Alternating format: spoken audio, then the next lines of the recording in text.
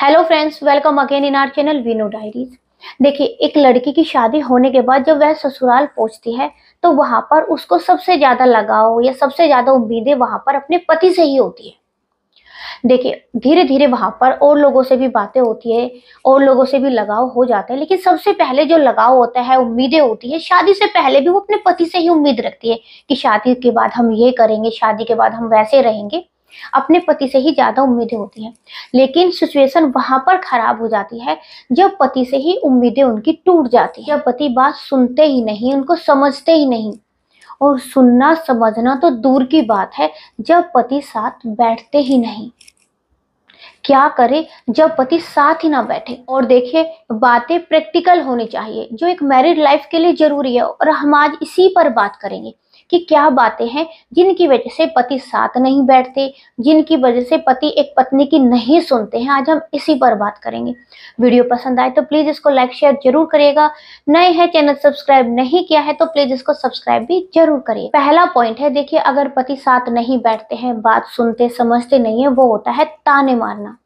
कुछ महिलाएं अपने पति को ताने मारते रहते हैं उनके परिवार के लोगों के बारे में, उनके माता पिता, भाई बहन, भाभी, इन सब के ऊपर वो कमेंट करते रहते हैं और उनको कानों में ये बातें सुनाती रहती हैं, आगे पूछे कुछ भी बड़बड़ाती रहेंगे। और एक पति इसी की वजह से परेशान रहता है। देखिए बहनों, अगर आपकी सास आपको ताने मारती है, आपकी ननद आपको परेशान करती है, तो इसमें आपके पति की कोई गलती नहीं है। अगर वह आपको परेशान करती हैं तो यह आपकी प्रॉब्लम है, आपको खुद हैंडल करनी है। अगर आप अपने पति को ताने मारेंगी तो कुछ नहीं है, आपकी उनसे भी नहीं बनती है, अपनी ननंद, जेठानी, देवरानी, सास से, और यहाँ पर आपकी अपने पति से भी नहीं बनेगी। इसलिए ताने नहीं सुनाने हैं उनको, कुछ भी उनके बारे में कुछ भी नहीं सुनाना है, क्योंकि एटलीस्ट उनकी फैमिली है, वो भी उनके माता पिता हैं, उनके भाई बहन हैं।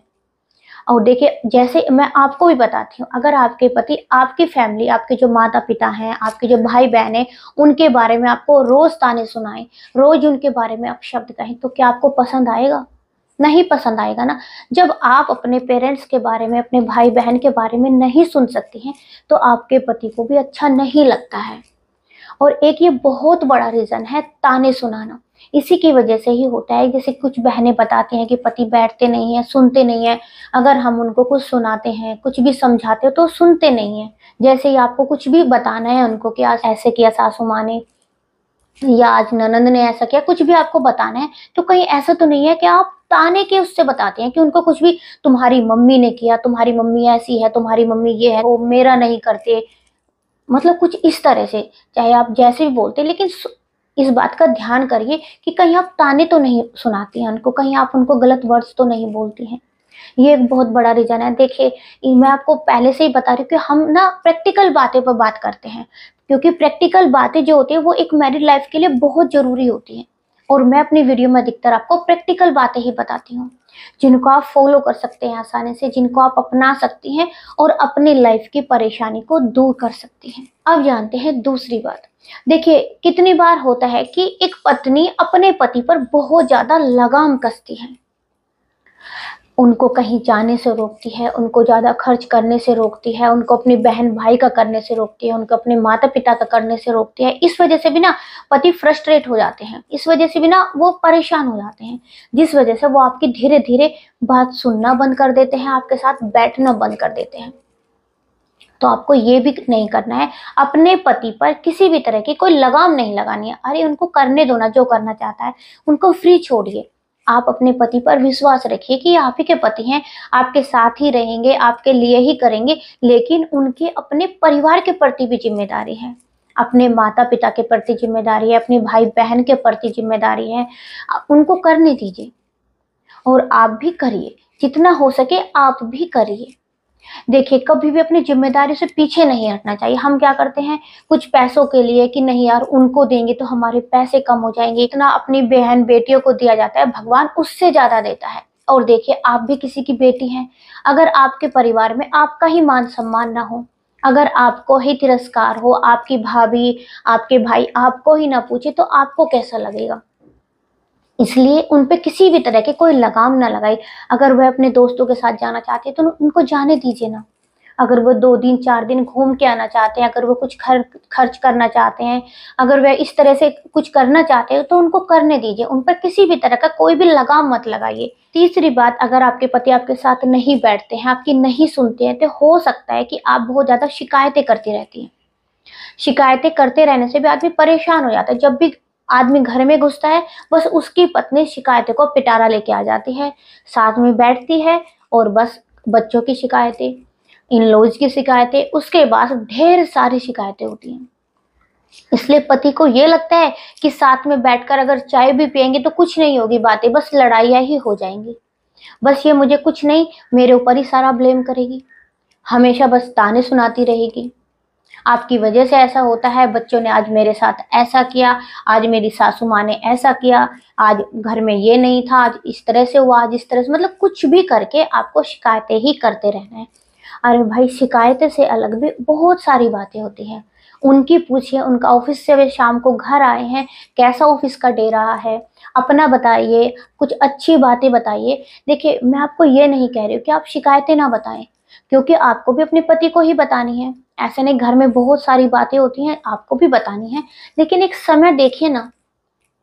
अभी वो ऑफिस से आए हैं, उनके साथ चाय पिए, अच्छे से बात करिए, दिन भर की अच्छी बातें करिए। शिकायतें तो आप 2 घंटे बाद, 1 घंटे बाद भी बता सकती हैं, लेकिन आते ही शिकायतें बताना या फ़ोन पर वहीं पर फ़ोन कर देना कि आज बच्चों ने नाक में दम किया हुआ है। ऑफिस में ही फ़ोन चला जाता है, वे मीटिंग में बैठे हैं, क्या कर रहे हैं, बस फ़ोन पर फ़ोन, फ़ोन पर फ़ोन। ये भी फ्रस्ट्रेट करती हैं आदमी को, इससे भी आदमी परेशान हो जाता है।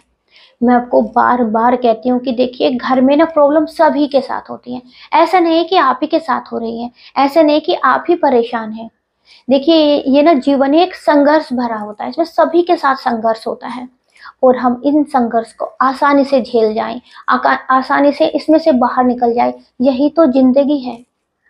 आप अपनी परेशानी को खुद देखिए, उनको खुद हैंडल करने की कोशिश करिए। अपने बच्चों को, अपने इन-लॉज़ को खुद हैंडल करिए।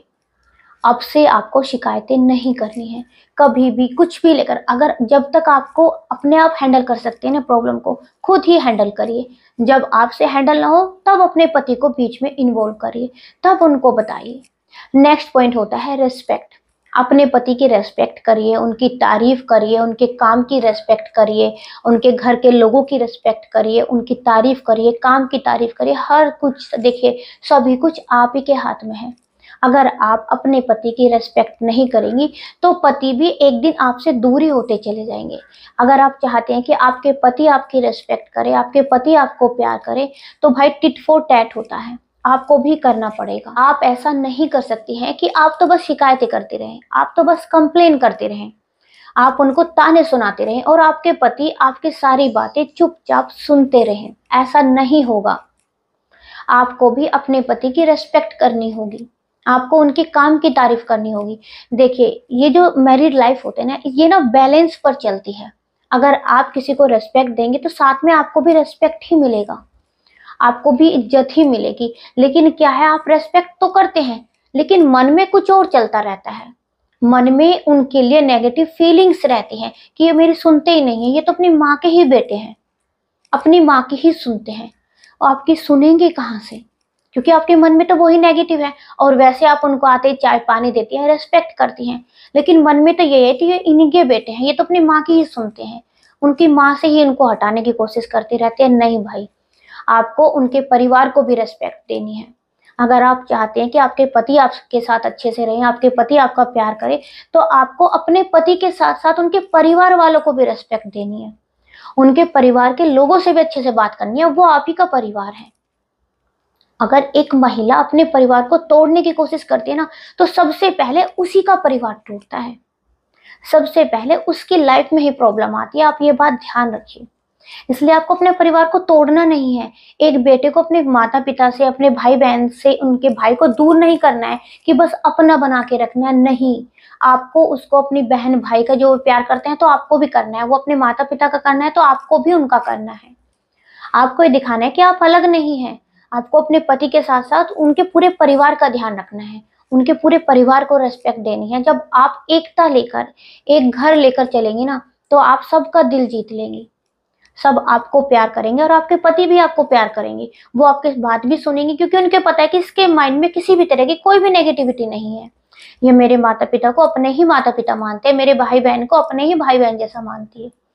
तो आपके पति ये चीज़ें देखिए, सभी को ये चीज़ें ना नज़र आती हैं, ऐसा नहीं कि आपके पति को नज़र नहीं आएँगी, वो आपके पति को भी नज़र आएँगी। घर में अगर आपके साथ कोई भी मिसबिहेव करता है, कोई भी किसी भी तरह से बोलते हैं, तो ऐसा नहीं कि आपके पति बोलेंगे, नहीं, फिर वो आपके साथ में खड़े होंगे। लेकिन पहले आपको दिखाना होगा, आपको करना होगा कि आप उनके साथ हैं। आप उनके परिवार में ही घुल-मिल गए हैं, आपको ये करना होगा। और ज़्यादातर परिवार आपने देखा है जहाँ पर प्यार होता है ना, जहाँ पर रिस्पेक्ट होती है, वहाँ पर सब लोग एक साथ मिल-जुल कर रहते हैं। उनके परिवार में कभी भी कोई भी प्रॉब्लम आए, एक साथ उसको फेस करते हैं। आपको भी यही करना है। देखिए बहनों, अगर आप अपने परिवार को एक साथ लेकर चलेंगी, आपका घर में अपने आप ही स्वर्ग जैसा बन जाएगा। नेक्स्ट पॉइंट मैं आपसे कहना चाहती हूँ कि देखिए, खाली घर शैतान का घर होता है। आपको खाली नहीं रहना है। कुछ मेरी बहनें क्या करती हैं, दिन भर खाली ही रहती हैं, काम होता है वो कर लिया, फिर उसके बाद टीवी देखने लगती है। टीवी देखकर वही नेगेटिविटी जो उन्होंने सीरियल में देखा है, वही उनके माइंड में घूमता रहता है। वही उनके माइंड में घूमते-घूमते उन्हें अपनी पर्सनल लाइफ में भी वही दिखाई देने लगता है।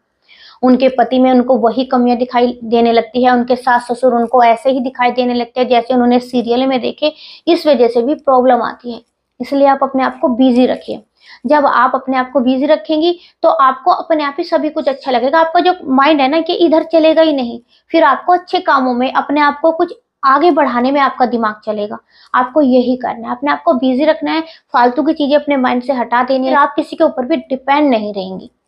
फिर आप सेल्फ डिपेंड बन जाएंगी। आपको यही करना है, अपना सेल्फ इम्प्रूवमेंट करते रहना है, खाली नहीं बैठना है। क्योंकि जब हम खाली बैठे रहते हैं ना, तो 2-4 बातें हमारे दिमाग में ना इधर-उधर की घूमती रहती है, फालतू की बातें। कुछ नहीं होता, लड़ाई झगड़े होते हैं, कुछ नहीं होता, हमारी अपनी लाइफ में ही प्रॉब्लम्स आती हैं, हमारे बच्चे परेशान होते हैं, हमारे परिवार के जो अदर मेंबर्स हैं वो परेशान होते हैं। इसलिए आपको खाली नहीं बैठना है, अपना सेल्फ इम्प्रूवमेंट करते रहना है। बस यही कुछ बातें थी। अगर एक लड़की इन बातों का ध्यान रखेगी, इनको फॉलो करेगी, तो उसकी लाइफ में कोई भी प्रॉब्लम नहीं आएगी। आई होप आपको मेरी वीडियो अच्छी लगी होगी, और अगर आपको मेरी वीडियो अच्छी लगती है, पसंद आती है, तो प्लीज़ इनको लाइक शेयर भी करिए।